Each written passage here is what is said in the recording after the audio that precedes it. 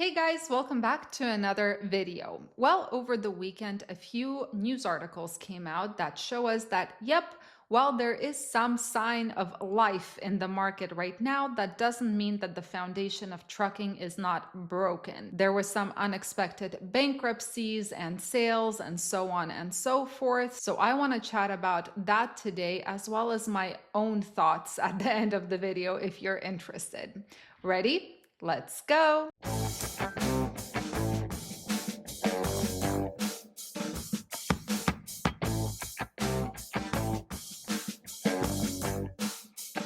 So first and foremost, as I mentioned yesterday, we have some big news coming out, and that's the fact that as of yesterday, FreightWaves reported that UPS is planning to sell its brokerage business, also known as Coyote Logistics, to RXO. And FreightWaves states that Chicago-based Coyote Logistics manages around 10,000 loads per day with a network of over 10,000 carriers.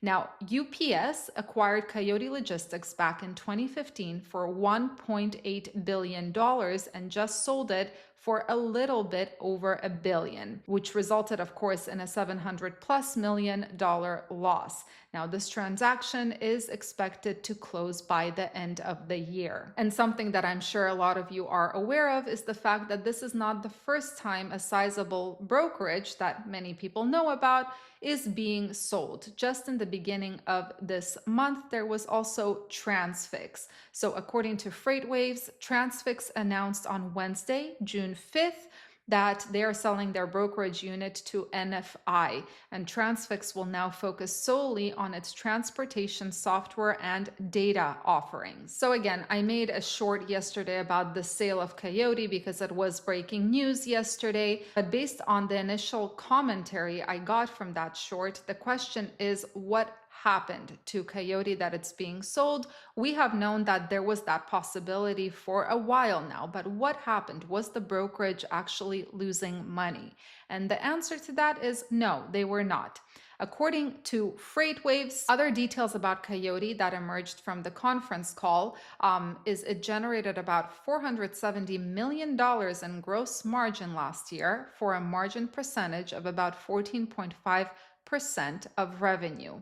Now, another question that I personally have, and I'm sure a lot of you are wondering as well, is will there be some sort of service disruption for carriers while this sale is ongoing? Is it safe to use Coyote Logistics right now?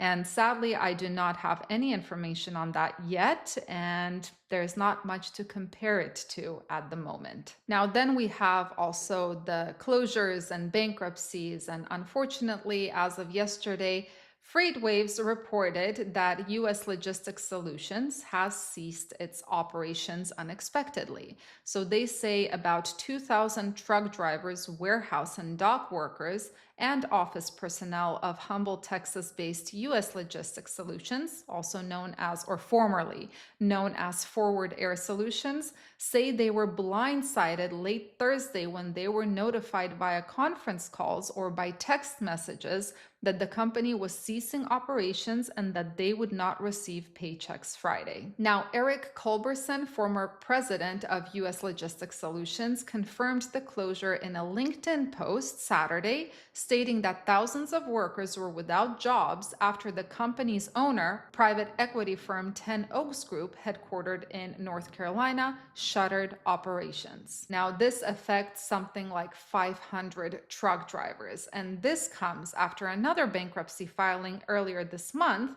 where APL Cargo of Indiana, a trucking company with 122 drivers and 142 power units, filed for Chapter 11 bankruptcy. So as we already discussed several times over the past few weeks on this channel, it looks like the current uptick that we are seeing, many of us are seeing in the market right now, has little to do with a market turnaround yet. Seasonality is the more likely cause. And as I was thinking about it, I realized that we have to remember that those that have survived this long in the current market are not guaranteed to survive as time goes on, as horrible as that sounds. Now, I have given this a ton of thought, and I came to the conclusion that it's not as simple as, Well, we have survived the worst of the worst, so whatever comes next is going to be survivable. The proof is in the pudding. Companies are still continuing to shut down, cease operations, file for bankruptcies, despite the fact that there is an uptick.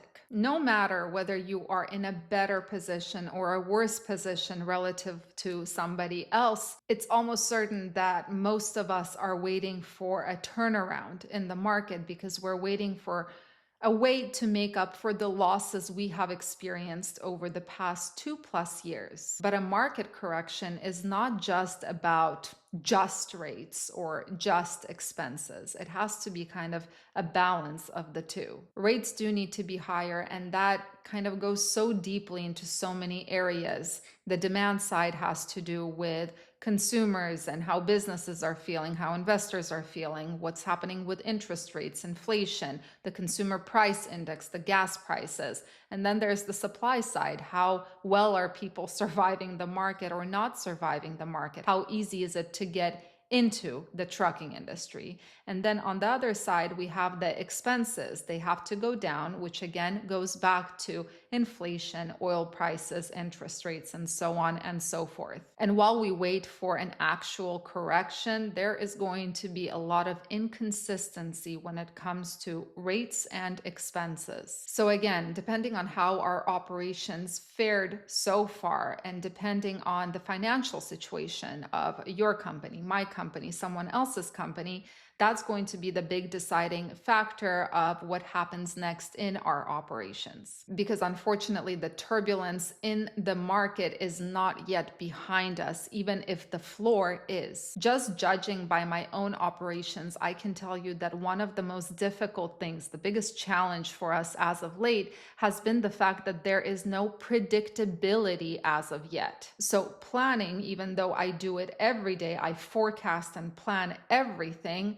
it's kind of a hit or miss. If I am lucky, what I plan actually does come to fruition, and that means that I can move forward, but often my plans, they fall through because the market does something completely unexpected and out of left field. Does that make sense? I know I babbled a lot during this last segment of the video, but I hope I was able to get my point across. Anyway, guys, thank you so much for joining me today. Happy Monday. Thank you for watching. I really appreciate it. I hope you have a fantastic rest of your week, a predictable week in the best of ways. Stay safe, stay healthy, and keep learning. And I will see you in the next video.